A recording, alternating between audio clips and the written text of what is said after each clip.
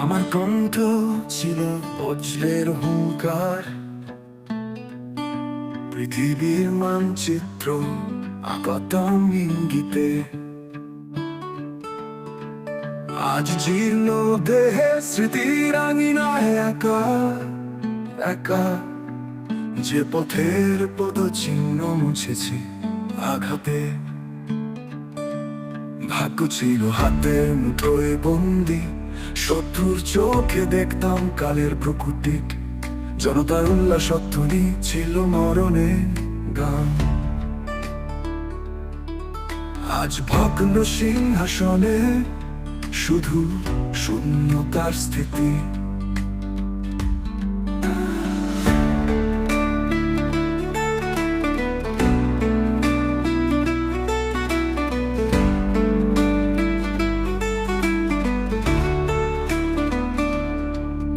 এক পলকে হাতে ছিল নক্ষত্রের আলো, পরক্ষণে আধার ঘনানো নিঃশ্বাস রুদ্ধ হলো।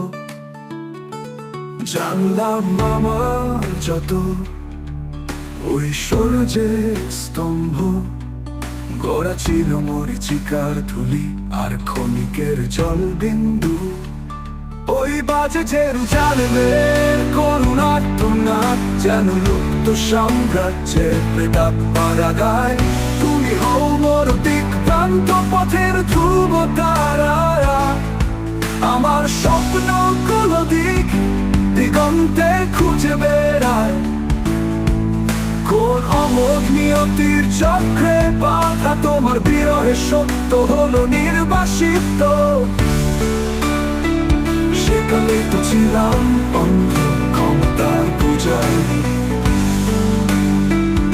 আমার পৃথিবী ছিল মিথ্যার কারসাজি।